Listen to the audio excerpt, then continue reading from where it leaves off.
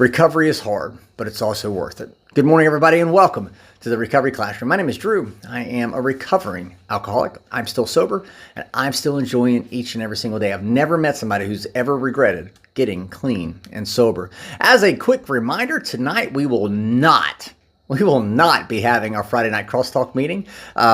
Usually every Friday I'm on here telling you about our crosstalk meeting, but we will not be having our Friday night crosstalk meeting tonight. We will resume our Friday night crosstalk meetings beginning next Friday night. So in the month of June, things will be right back to normal. Tonight, however, there's a bunch of us that are going out of town. We won't even be in town because we're going to go off and celebrate Joey and Deb's wedding that will take place tomorrow. I'm super excited because I get to officiate their wedding. I've been ordained and I'm going to be marrying them off. And for me personally, I've watched them grow in recovery. I've watched them grow and develop personally, and to see the miracle take place in her life, it's nothing short of, well, just a miracle. So we're super excited. But again, no crosstalk meeting tonight. We will pick up crosstalk beginning next week. I was talking to a friend of mine the other day, and she was struggling. I'll say it like that. She was struggling, and she works in recovery,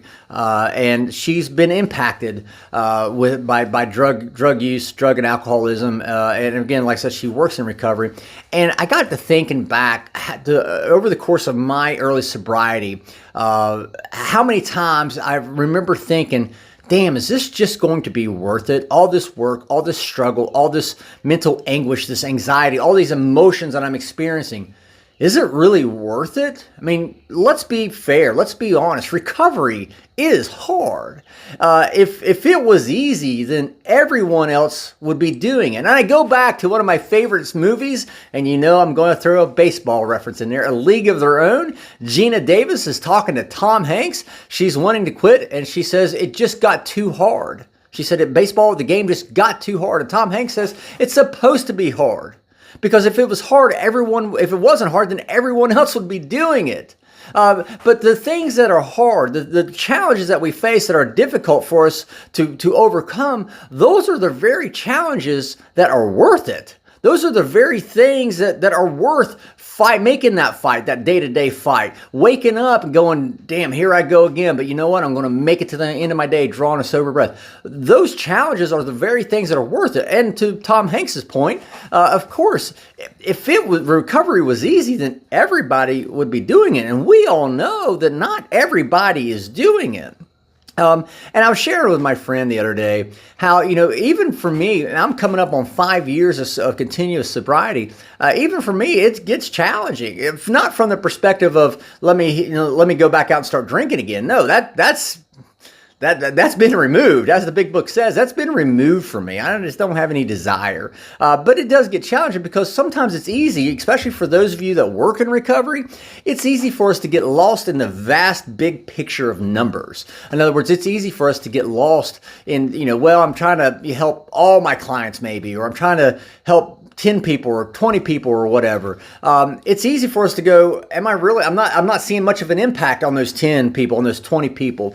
And I shared with my friend the other day, I've been in situations where I'm thinking, okay, I'm not being really of service to anybody. And then all of a sudden, the second I start thinking like that, God says, hey, you know what? I'm not done with you yet. I'm not done with you. And sure enough, I'll be damned. Time and time again, somebody who needs to hear that message of hope, healing, and restoration, that person walks into the room. That person strikes up the conversation.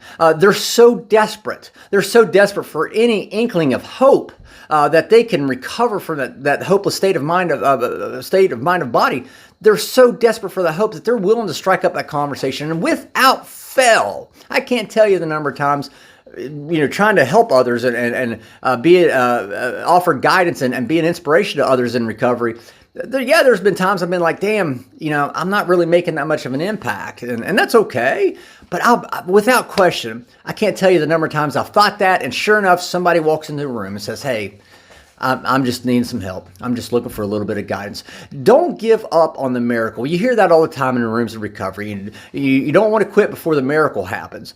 There's a lot of truth to that. But I also want to remind you of this. A lot of times it's easy for us to be looking for the miracle whenever we need to look at ourselves as being the miracle. The fact that you have made it as far as you have, well, hell, that's a miracle in and of itself. So don't get distracted. Don't get, just because you may not see the miracle in front of you, it doesn't hurt to stop and take a look in the mirror and realize that you yourself may be the very miracle that you've been looking for. So with that being said, I'm out of time. Thank you guys for letting me come in and share 5 to 10 minutes of your day with you. You guys absolutely keep me sober, and I cannot be any more appreciative. If there's a topic you'd like to discuss, for us to discuss here on the Morning Monologues, feel free to drop it in the comments or message us on the Facebook messaging app, Recovery Classroom. If you like the content of these Recovery Classroom monologues, please feel free to like and share with your friends and invite your friends to our Facebook page and share on all your other social media channels. We'll be talking again soon, guys. Remember, you can't get drunk if you don't take that first drink.